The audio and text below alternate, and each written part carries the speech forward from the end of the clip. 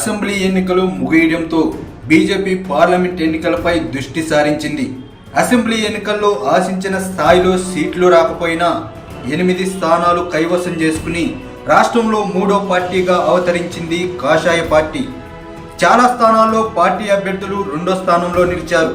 ఇదే ఊపుతో లోక్సభ ఎన్నికల్లో కూడా సత్తా చాటాలని ఉవ్విళ్లూరుతుంది.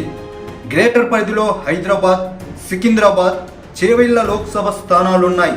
వీటిలో సికింద్రాబాద్ బీజేపీ ఖాతాలోనే ఉండగా ఈసారి మల్కాజ్గిరి నుంచి జెండా ఎగరేయాలని కమలనాథులు పట్టుదలతో ఉన్నారంటున్నారు.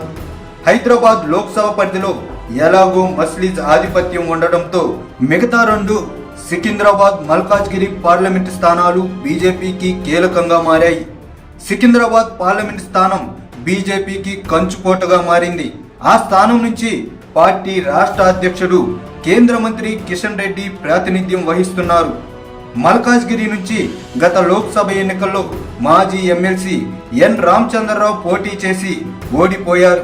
ఆ క్రమంలో సికింద్రాబాద్, హైదరాబాద్ కంటే ఈసారి మల్కాజ్గిరి పార్లమెంట్ టికెట్పై ఎక్కువ మంది అభ్యర్థులు ఆశలు పెట్టుకున్నారు. ఇప్పటికే టికెట్పై కన్నేసిన నాయకులు ఎవరికి వారు ప్రయత్నాలు ముమ్మరం చేశారు. మల్కాజ్గిరి లోక్సభ టికెట్పై బీజేపీ నాయకుడు కుతుబుల్లాపూర్ మాజీ ఎమ్మెల్యే కోన శ్రీశైలం గౌడ్ దృష్టి పెట్టారంట. ఇటీవల ఆయన అగ్రనేతలను కలిసి మల్కాజ్గిరి ఎంపీ టికెట్ ఇవ్వాలని కోరినట్లు తెలిసింది. గతంలో మేడ్చల్ జిల్లా అధ్యక్షుడిగా పార్లమెంట్ ఇన్ఛార్జిగా వ్యవహరించానని, బీసీ ఓట్లు గణనీయంగా ఉండడంతో టికెట్ ఇస్తే ఈజీగా గెలుస్తానని వారితో అన్నట్టు సమాచారం. ఇప్పటికే తన అనుచరులు, కార్యకర్తలతో సమావేశాలు నిర్వహించి అభిప్రాయాలు సేకరిస్తున్నట్లు తెలిసింది. శ్రీశైలం గౌడ్ ఇటీవల కుతుబుల్లాపూర్ నుంచి ఎమ్మెల్యే అభ్యర్థిగా పోటీ చేసి ఓడిపోయారు. గత పార్లమెంట్ ఎన్నికల్లో పోటీ చేసి ఓడిపోయిన మాజీ ఎమ్మెల్సీ ఎన్ రామచంద్రరావు కూడా మల్కాజ్గిరి నియోజకవర్గం నుంచి పోటీకి ఆసక్తి చూపే అవకాశాలు ఉన్నాయంటున్నారు.